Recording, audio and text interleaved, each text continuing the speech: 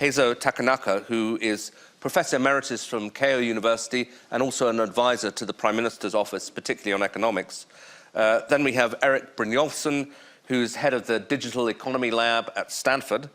Then we have Keiko Toshiro, who's Deputy President of Daiwa Securities. And finally, Scott Meinard of Guggenheim Partners in the US, who are big investors in Japan. So I'd be interested to hear from all of you on the new outlook. Now, one of the themes that we're going to focus on is Prime Minister Kishida's new capitalism and what that might mean. But I want to start on a more general theme. So, Takanaka-san, if you could give us a sense of how things feel in Japan, in the sense of, are you through the pandemic? What's the economic mood? And of course, President Biden was just there last week, so there's a lot of very sharp geopolitical questions with the deterioration in relations between China and the West. Well, thank you very much for raising a very stimulating question. First of all, I'd like to say a little regret. Today, Prime Minister couldn't come to Davos. There, he's having a very busy week. President Biden is visiting Tokyo, and a very important Quad, a very strategic dialogue among Australia, India, the United States, and Japan being held. But anyway, under such circumstances, it's very meaningful for us to discuss the current situation and the future of the Japanese economy. Honestly speaking, the Japanese society and economy is relatively stable. Stable means, well, the growth rate itself is not very high. Maybe the Cabinet Office predicts the economic growth rate of this fiscal year will be 3.2%, sorry. But market economists predict mostly around 2% growth is okay, so not very high. At the same time, the supporting ratio to Kishida cabinet is really high, 60% supporting ratio. This is very high in Japan's standard. And also, the rate of unemployment is very, very low, 2.5% level.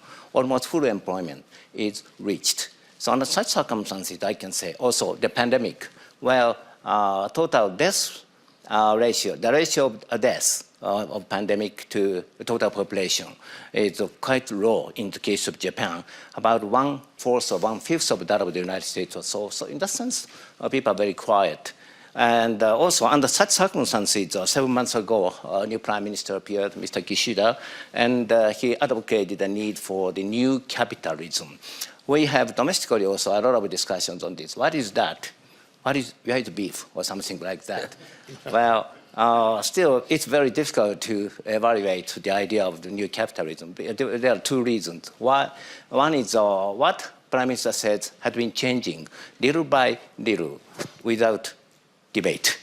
And the second one is where we are going to have upper house election in July.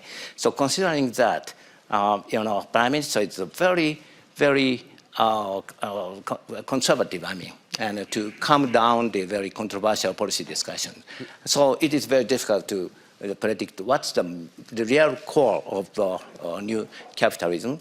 But anyway, it is very important to consider the relationship between the government sector and the private sector. Well, in the case of Japan, the government function, the governance is not very strong. In the case of the pandemic, the government could not give order to private sector. They just requested the private sector to cooperate, like that. So in that sense, the government role should be strengthened. Also, income distribution should be strengthened, I think. At the very first beginning, Prime Minister said, well, income redistribution is very important, sometimes ignoring the importance of the growth strategy. But nowadays, he says, the virtuous circle between the growth and income distribution is needed. So anyway, the society is relatively quiet, and the policy discussion is relatively quiet. However, beyond the upper house election, what kind of policy Prime Minister will take? We are waiting for the new decision-making by Prime Minister in that sense. Okay, thanks for that very clear introduction.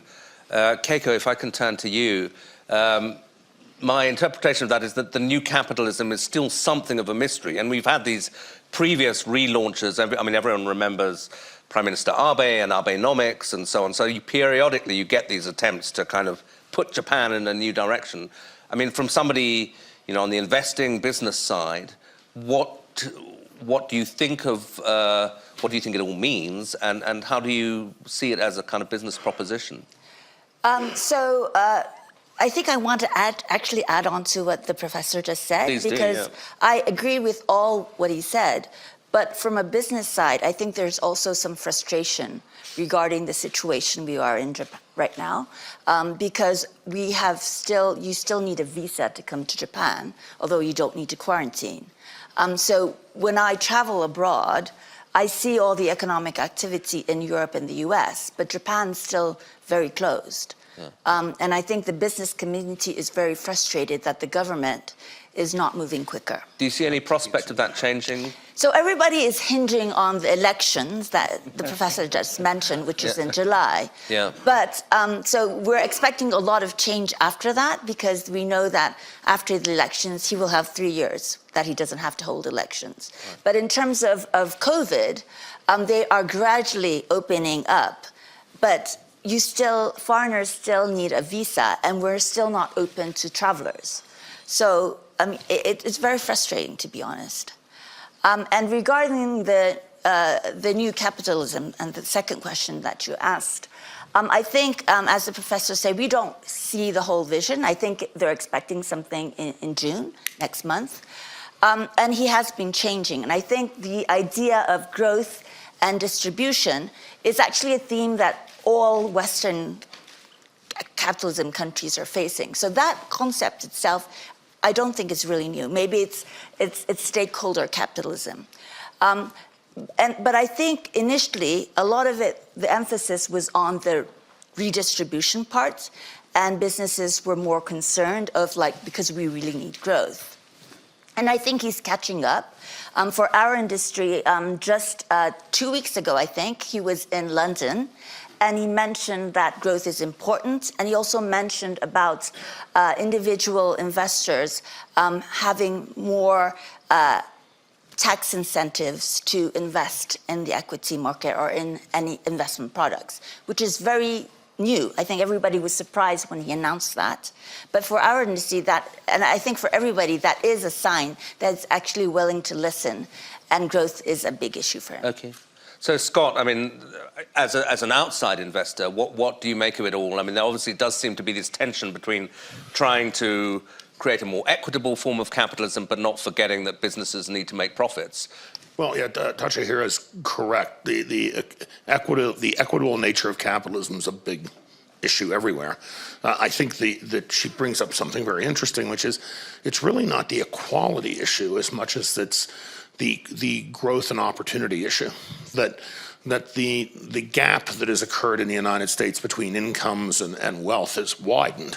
And the idea is, no, why don't we need to just lift all parts of the economy. Now, the new capitalism, Abenomics, which is a much more straightforward set of policies, which was, to control interest rates, expand the size of the deficits, to work to get rid of gender inequality within the country, and to open the nation up to more immigration of some form because of the shrinking population. I think now, since a lot of these issues are thought to be resolved, for instance, the deflationary pressure seems to be behind us, I think it's a much more difficult path for the policymakers to steer here. And I think part of that revolves around innovation. One of the things that, as an investor, that I note is venture capital, in the way we look at venture capital in the West or in the United States, is not nearly as available in Japan. And so some would argue that's a societal thing, that Japan is not focused on basic innovation. But the other side is, as we were discussing in the speaker ready room today, is Japan leads the world in many areas like robotics. And so there are opportunities there to be exploited, but I don't believe that the current framework opens it up enough to make it more capital more available to everybody, including small entrepreneurs. Just a quick follow-up before I turn to Eric. I mean, you paint a kind of mixed picture, but you are a big investor. So what kind of opportunities are you looking for in Japan? Well, we're looking mostly for technology, because I think that's where we have an edge, that's where they have an edge, and certainly Eric and Stanford and the work we do with Stanford and the network we have in Silicon Valley, there are a lot of opportunities that we would like to see from Japan, but we're not seeing nearly enough. Most of the stuff we do is with SoftBank and others that are already established in the region. Right. So, Okay. Well, Eric, that cues you up perfectly. I mean, this is your area. Where do you see Japan's technological distinctiveness and its potential advantages? Sure. Well, the whole world is really in a stage of fundamental transformation driven by some big technologies, especially around AI and robotics. Japan has been a leader in that. I think we have a challenge for all of our society to create not just prosperity, but shared prosperity. A lot of people are being left behind. And the new capitalism, I think, should be applauded for grappling head on with some of these issues and bringing them to the front. I love the vision. The details, I think, aren't as fleshed out as they could be, but it's pointing in the right direction, and it's something that the rest of the world can learn from. Japan has been a leader in many of these areas for a number of reasons. One, I mean, we all know Japan has a strong technological base, innovating so much, especially in manufacturing, robotics. A second reason is the demographics. Japan is, you could say, ahead of the rest of the world in terms of this demographic transition that we're all going through. Japan's population is older and aging. They don't have as many immigrants. And so those things combine to put them further along to where Europe is going, where China is going, where the United States will be going. One of the things that means is that when you have an older population, you have a greater dependency ratio, you have fewer people in the working age population, and that switches around the labor demand. You end up having a lot more demand for automation and robotics when you don't have as much of a workforce. So Japan has been embracing that ahead of a lot of other people. And thirdly, there's a cultural difference. I've been a fan of following Japan since I was a kid, reading a lot of the science fiction and other things, and there's just a very different attitude towards robots and technology there than there is in a lot of other places. Robots are usually kind of evil in American popular media, but in Japan they're usually friendly, and people, whether they're older people or kids, they love robots. So you put these three things together, and you get a milieu that actually puts them in the forefront on a lot of these transitions. And I think when you combine that with the new capitalism, you see that the rest of the world can learn a lot from what's happening there.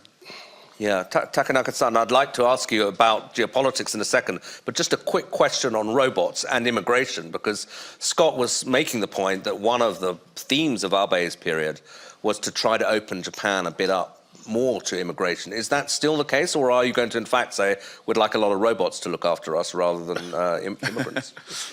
Well, immigration, robots, both are needed, maybe.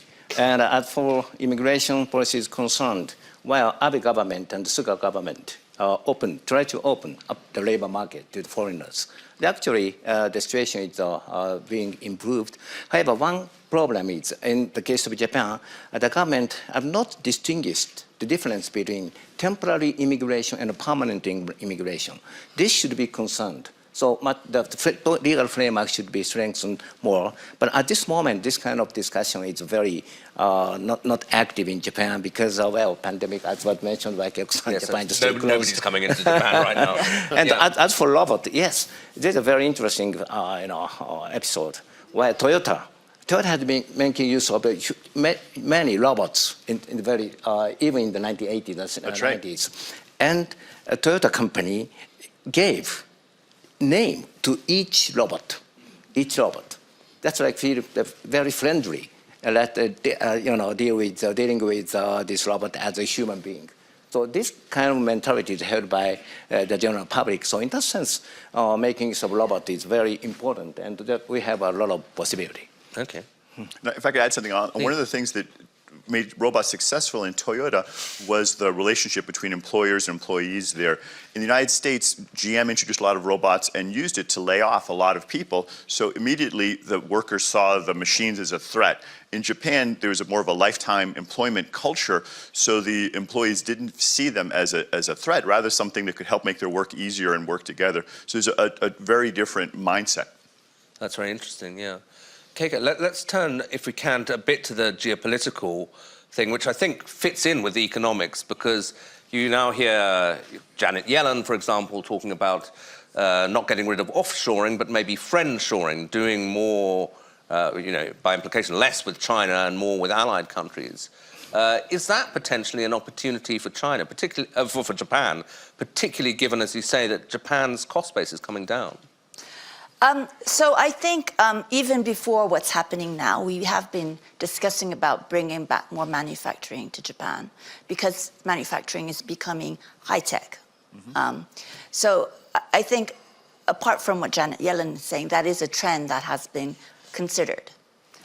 So I think it will continue. And how, so remanufacturing, it's quite an interesting theme because obviously that was something that Trump was talking about, that these jobs haven't gone forever. Do you actually see it happening, or is it just a thought at the moment? So I think it's things that companies are actually reconsidering, but the reason why we would do that is very different from what Mr. Trump was saying, is that it's not because we're losing jobs. Yeah. We don't have jobs. We have, so it's very different. Yeah. I think it's more the growth and the potential part of bringing it back to Japan than bringing it back for a different cause. Yeah. Economic security promotion law was approved the other day in the Diet. Economic security. Right. This means, to some extent, manufacturing companies overseas should come back to Japan, and the government decided to provide some grant to support this kind of investment. So in that sense, considering the geopolitical situation, the government is ready to help these manufacturing industries, domestic investment.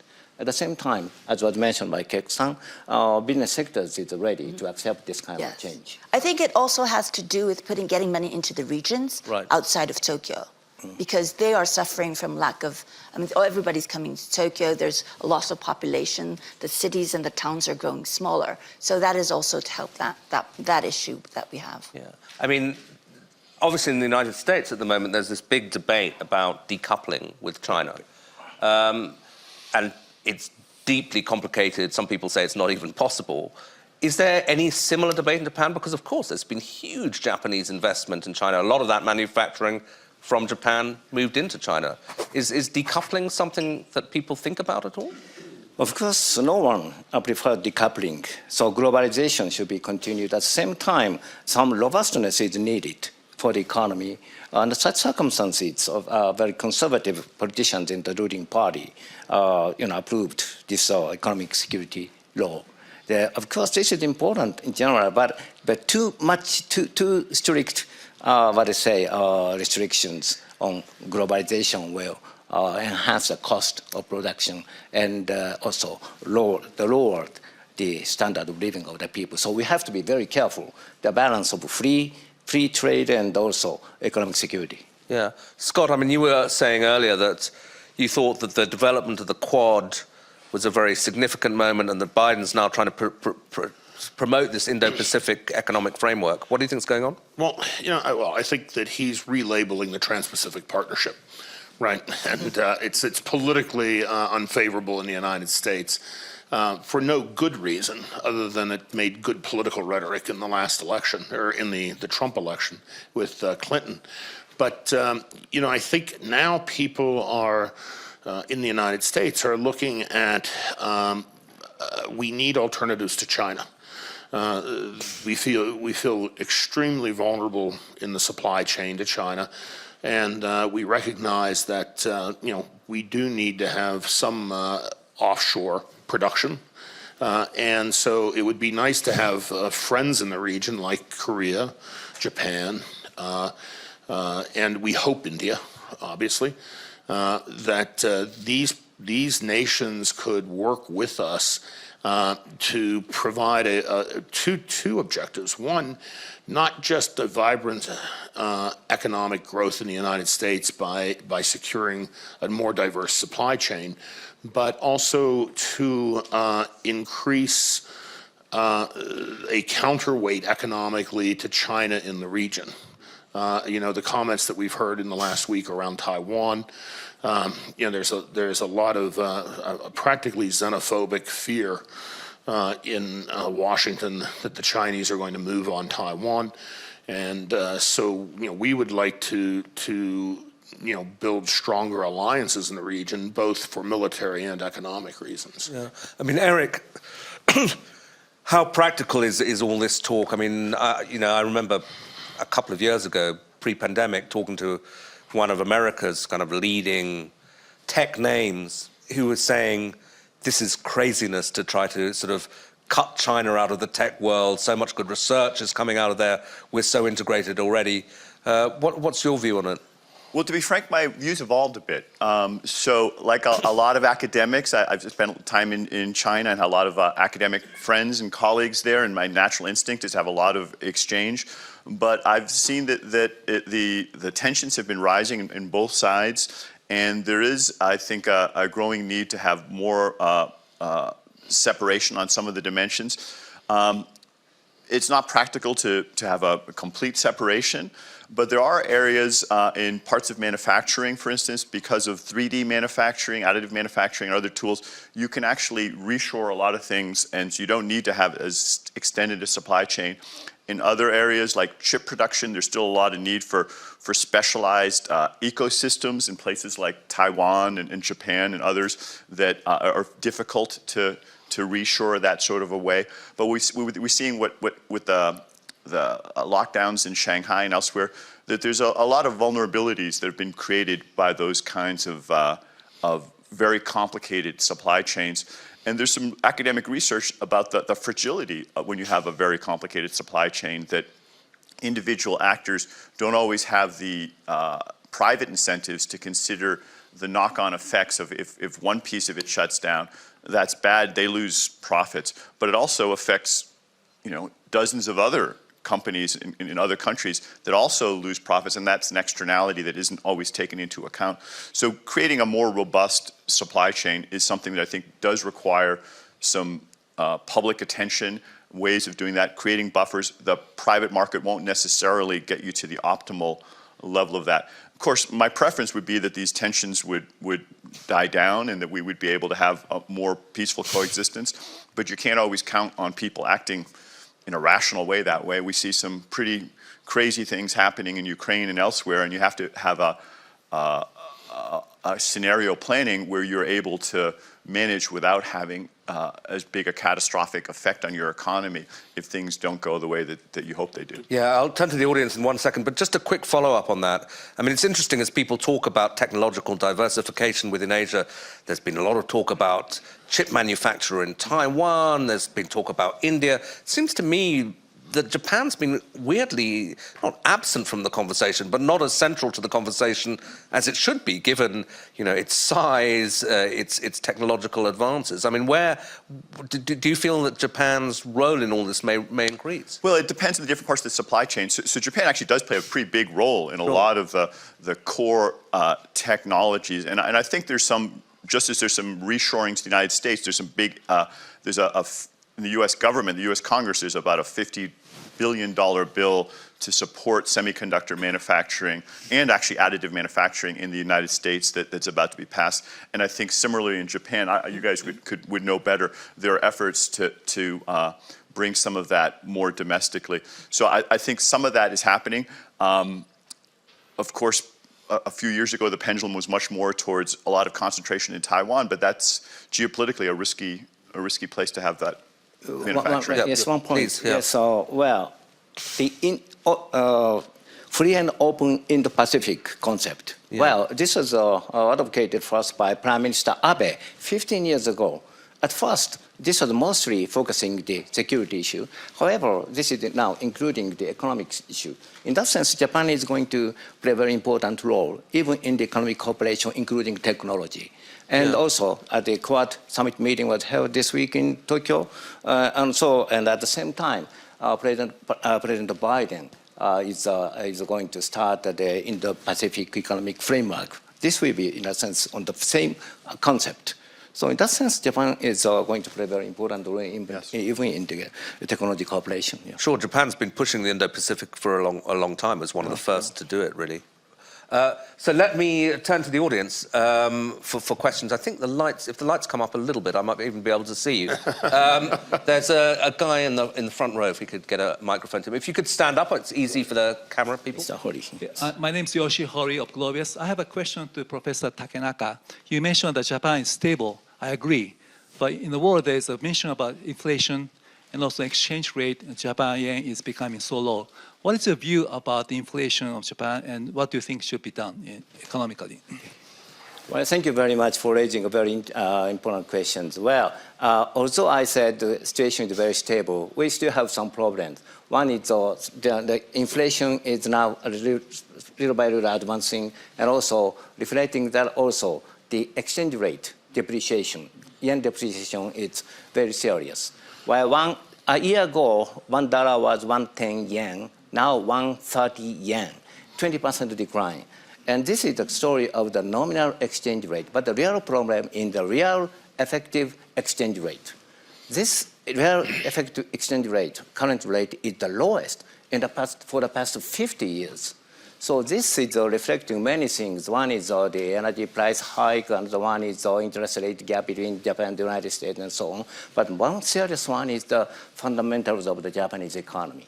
Well, very regrettably, as was mentioned by our panelists, Japan has a strong potential. However, potential is not realized yet. Prime Minister Abe, Prime Minister Suga try to maximize our potential. But Mr. Kishida is succeeding that. So in that sense, much more very aggressive and very active reform is needed. For example, in Japan, while Japan is not a country of new liberalism, while new liberalism created some income gap, it is generally accepted. But Japan is not a country of new liberalism, a lot of regulations. And so the income gap is not so serious compared with other advanced countries. But we have to liberalize more. At the same time, we have to strengthen the government function of focusing income redistribution. We already have a progressive tax rate, but we have to do more, something more. This is a task for the Kishida government. But basically, Kishida government is also succeeding the basic idea of Abenomics and Suganomics. That's my observation. Getting me a comment on Please, this. Yeah. I think one of the fundamental problems that Japan is facing right now is that yield curve control and monetary policy was designed for a period of crisis in Japan. Now that the deflation seems to be behind us, the reality is that you cannot have yield curve control and control the value of the yen at the same time, right? You're going to have to pick one or the other. And so escaping from yield curve control and managing a way to slow down the growth in the money supply in Japan is probably the most critical element in stabilizing the yen. But having said that, I think that the weak yen is working to the advantage of Japan today because it's making it much more competitive on a global stage, but this is not sustainable in the long run. I was going to say that one of the themes just wandering around the Congress Hall is certainly among the Western countries a sense that inflation is back, double-digit inflation. Mm-hmm. Is that, Japan oddly has been in this period where you were trying to get a bit of inflation. Yes. But are you also worried by this idea that inflation might get out of control or not? So I think right now inflation is at 2% or above because of various reasons that everybody experiencing. But the expectation for our company is that it is not going to continue, that it won't go like 8% like it is in the U.S. But that's also a concern for a totally different reason, meaning that everybody's going to be raising interest rates, and we might not be able to. Might not be able to because it's... Because we wouldn't have to. Right, okay. So it's yeah. The gentleman here. Hi, I'm Akio Fuji from Nikkei newspaper. Today's front page news of Financial Times is not about Davos, unfortunately, and it covers Quad meeting in Japan and joint bombers exercise by Russian and Chinese over the Sea of Japan. So everyone is more worried about tension in this region. So from the investor's point of view, I'd like to ask Mr. Minard, how do you see a risk in this area, especially in Japan? And also, Mr. Kishida, last time in London speech, he said invest in Kishida. So are there any opportunity, which area do you think opportunity in investing in Japan? Well, it's interesting that that current situation with the South China Sea is part of a bigger issue for the United States, and clearly there's going to be a lot more investment have to be made in defense, and defense is moving not so much to the traditional defense of aircraft carriers and fighters, but more toward technology, artificial intelligence, directed energy weapons. Hypersonic is a concern, but directed energy is of much more importance in this area. I think that the slow evolution of Japan in its view toward its military involvement in the region is of extreme importance to the United States. And I think the opportunity there is in the area of technological investment. I think that the dynamics of the Ukraine has changed the perception of most of the developed world. That this is not just some remote threat. And I will tell you that as an investor, that I am probably more concerned today about those kinds of threats than I was during the Cold War, because it feels the Cold War was a situation where it was essentially a bipolar world, right? Today we were much more fractured, and the events in Europe are opening up potential opportunities for powers in Asia. So I think that we have to move with haste to formulate a plan where the democratic nations in Asia can come together as a counterweight to totalitarian powers. Eric? Well, Scott's exactly right. There's what some military people call a third offset around artificial intelligence and advanced weaponry that can be a counterbalance to some of the traditional, certainly aircraft carriers and some of the old ways of doing things. Whenever they do the war games, the traditional weapon systems are quickly wiped out. You see some of this happening in Ukraine already, where the drones are taking out some of the tanks and other weapons. So it's imperative for the nations to modernize and use in cyber, AI, and drones and other advanced weaponry. So there's got to be a mindset change there. But that's something, that's one of the areas where Japan and the United States and the West have an advantage. They have a huge technological advantage, and they can emphasize that. The other thing is there's a big economic advantage, and if you look at the relative size of the economies, there's just so much more resources there. And if they work together, they can. It was fractured for some time, but there's a strength there. And last but not least, I would say there's a leading by example. And I think that the people in China and Russia and other countries, they're somewhat cut off from what's happening in the world. But I think a lot of information does get in, and to the extent that there's been a lot of dysfunction in democracies in Europe, United States, and elsewhere, that's been a bad example. But to the extent that there can be an example of freedom working and us working through this, that can be better. The the dysfunction has been a problem in some of these countries, but then you look at what's going on in Russia or in China with these strange lockdowns, and I think it underscores Winston Churchill's point that democracy is the worst form of government, except for all the others. And you see that these other systems are not able to cope with things, and they lead to some dysfunctions that are even worse. So I'm hopeful that as these threats grow, there will be a increasingly united front of the majority of the world that is free and is working in a way to protect the integrity of those countries. Yeah, I want to make one point, Eric, very briefly. Yeah, because there are others. Yeah, we are moving to a new era in warfare. This is technological war. Right. This is not the traditional way that wars were fought, and we need to get past that mentality in our policymakers. Okay. Yeah. Further questions? Yes, gentleman here. Thank you very much.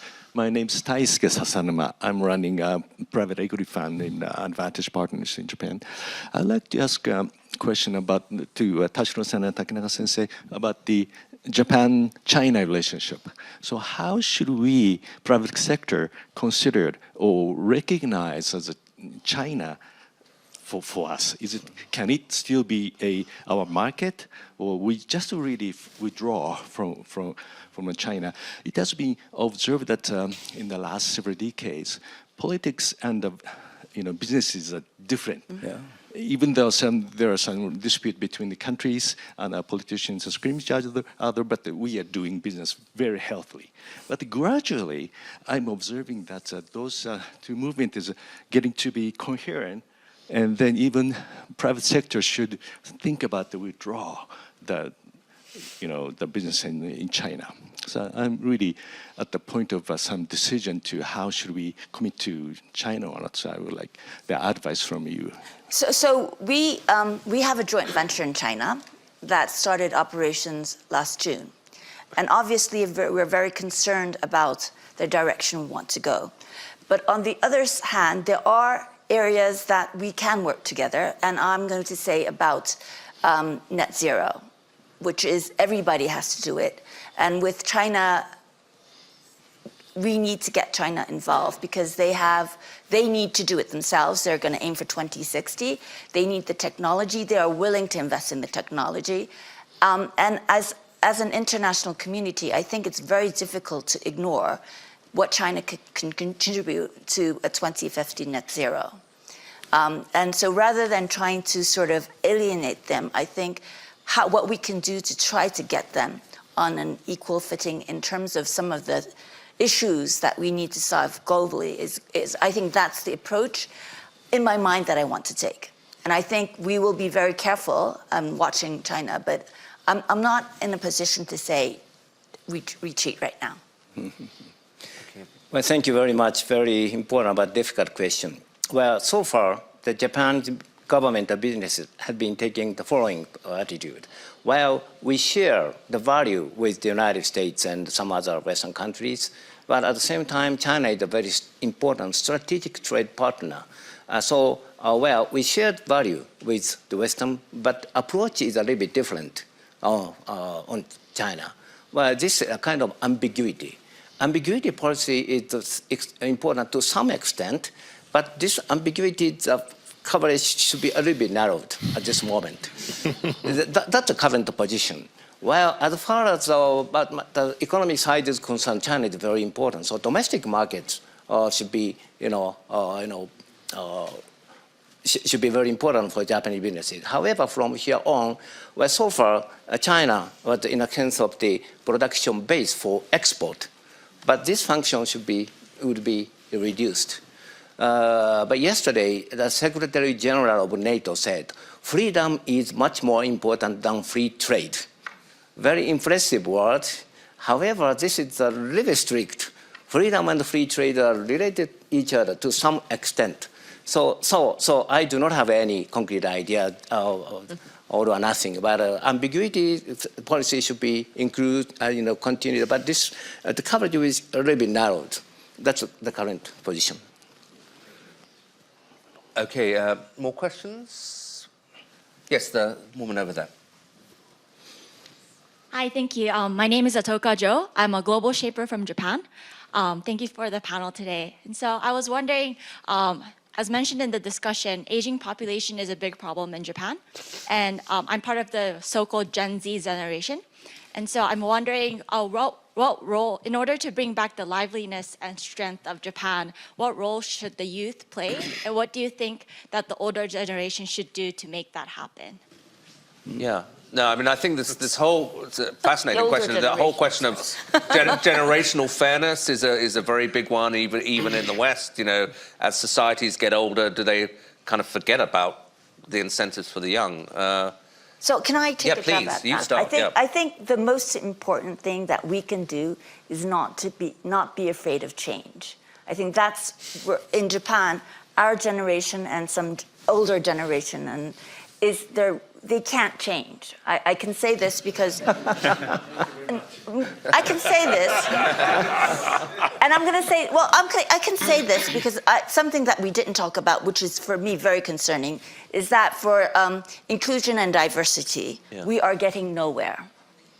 Well, despite all the rhetoric of Abe. Despite everything that everybody's saying, and that's what I mean by we can't change, and I think that's a big difference. And I think going to the younger generation is also change that we have to embrace, but we're not right now.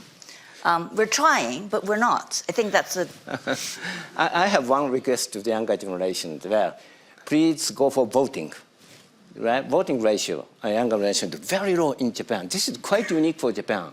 In other countries, where younger generation have some complaints on the current situation, they go for voting. But Japanese young people don't go for voting. Of course, we have to change, though it's very difficult for us to change. But anyway, much more what I say. I really expect much more active role in the political decision making for the young. But it's not their fault. It's our fault that they're going to vote. Really. Yeah. I'm sorry. No, I think it's interesting, but I mean, you know, everyone says with a smile, well, yeah, we all say we're going to change, but we never do. I mean, why is that? And is that because people aren't serious about it?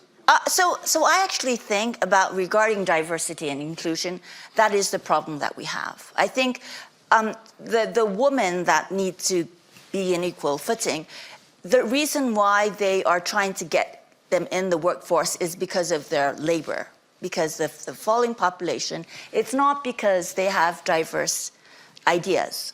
And I have a big problem with that. You can probably see me because I'm getting very angry.